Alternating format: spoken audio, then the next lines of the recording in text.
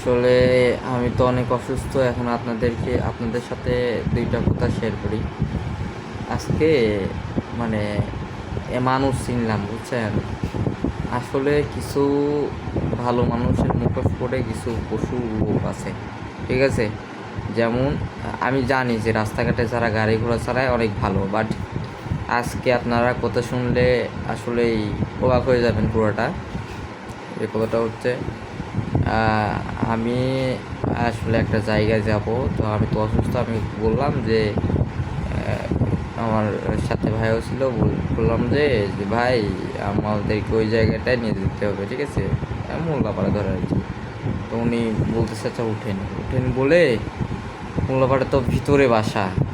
এখন উনি কি করছে, একদম এই কন্যারে নামায় দিছে ভাই।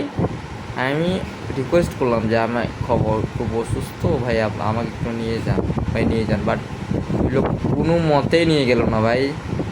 কোনো মানে কী বলবো, একদম এত খারাপ মানুষ আমি জীবনে দেখি নাই।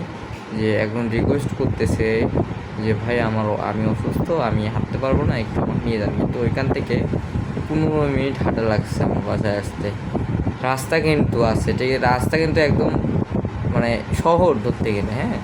কিন্তু উনি এমন ব্যবহারটা করছে, আসলে ওনার ছবিটা তুলে যদি দিতে পারতাম তাহলে ভালো হতো, ঠিক আছে? তো কোনো গাড়ি ঘোড়াওয়ালা যদি এই ভিডিওটা দেখেন, অবশ্যই ওদের সাথে আপাতত অসুস্থ মানুষের সাথে কোনো রকম এরকম স্ক্যাম আপনারা করবেন না। তো এটুকা বলার জন্য আজকের ভিডিও।